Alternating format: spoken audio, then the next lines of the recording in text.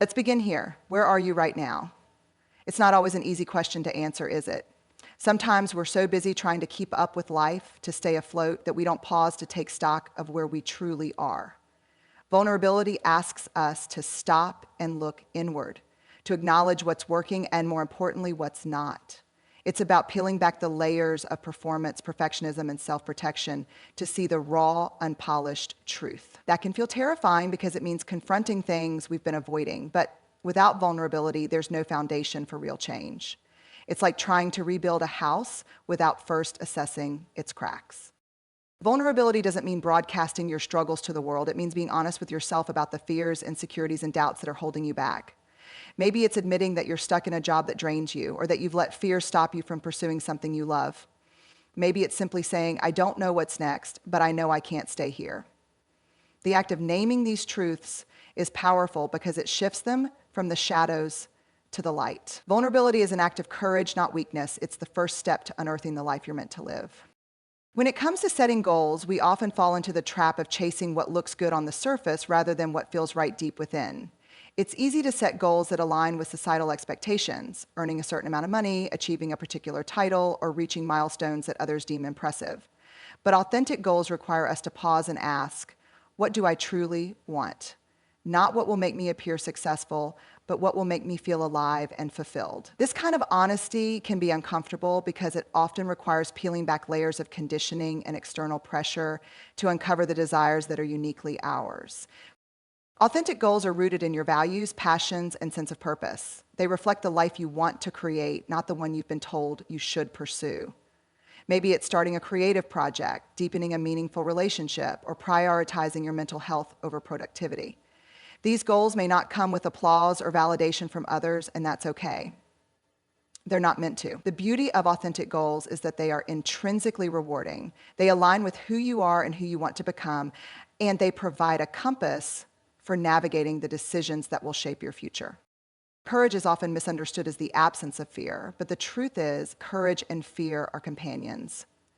Courage doesn't demand that you be fearless. It asks that you act even when fear is present. Think about it. Every major change, every bold decision, every step into the unknown carries uncertainty. That uncertainty is where courage lives.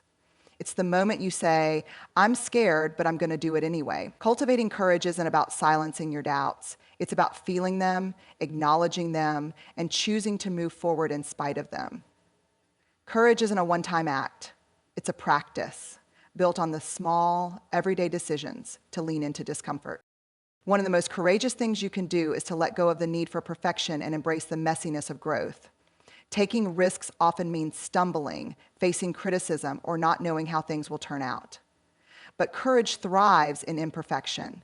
It's the decision to show up to a job interview even when your heart is pounding, to have the hard conversation even when your voice shakes, to try something new knowing you might fail. These acts of courage may not feel groundbreaking in the moment, but they are what shift the trajectory of your life. The more you practice stepping into discomfort, the more resilience and confidence you build, and the more capable you become. Failure has a way of making us feel small, that scare you the unworthy, most. Or stuck, but in reality, it's one of the most profound teachers we'll ever encounter. When something doesn't go as planned, it forces us to pause and reflect. What didn't work? What could I have done differently? These questions aren't meant to punish, they're meant to illuminate. Failure strips away our illusions of control and perfection, leaving behind the raw materials of growth. It's in these moments of discomfort and disappointment that we learn the most about ourselves, our limits, and our capacity to adapt. Instead of running from failure, we can choose to sit with it, listen to it, and let it guide our next steps. So,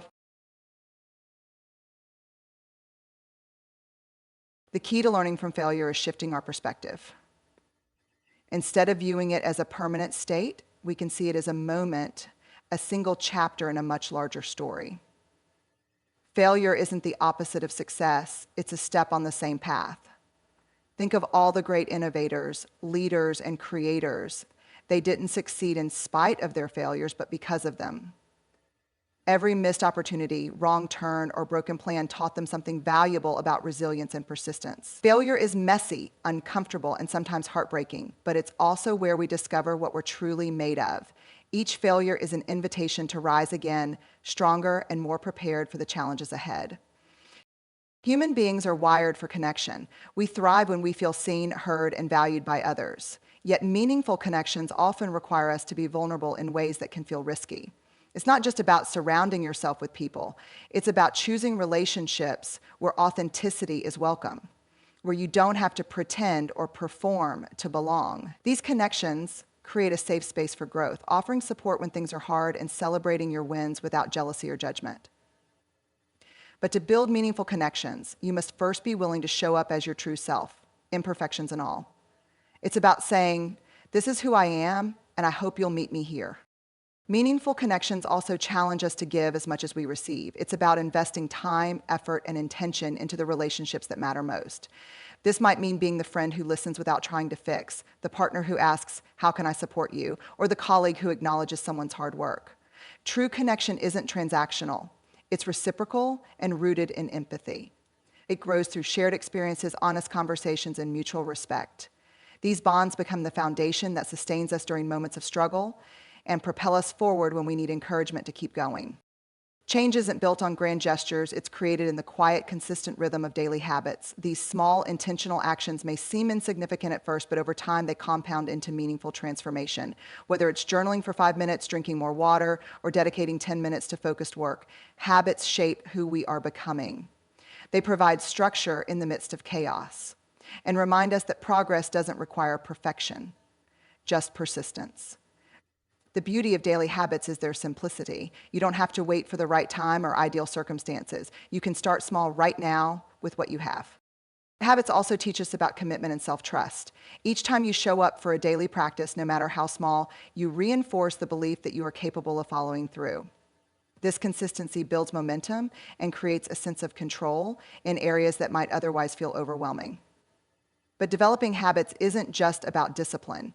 It's about aligning your actions with your values. When your habits reflect what matters most to you, whether it's health, creativity, or connection, they stop feeling like obligations and start feeling like investments in your future self. Over time, these small, mindful choices create the foundation for a life that feels both intentional and fulfilling. Self-compassion is often the missing piece in our pursuit of growth and change. It's easy to extend kindness to others when they stumble, but when it comes to ourselves, we often default to harsh self-criticism. We tell ourselves we should have done better, moved faster, or known more. But self-compassion invites us to pause and ask, what if I treated myself the way I would treat a dear friend? It's about recognizing that mistakes and setbacks are part of the human experience, not evidence of failure. When we give ourselves permission to be imperfect, we create space for growth, resilience, and self-acceptance.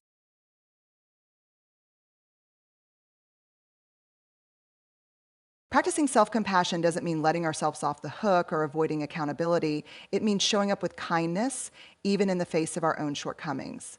It's acknowledging that while we may not always get it right, we're trying, and that effort deserves grace.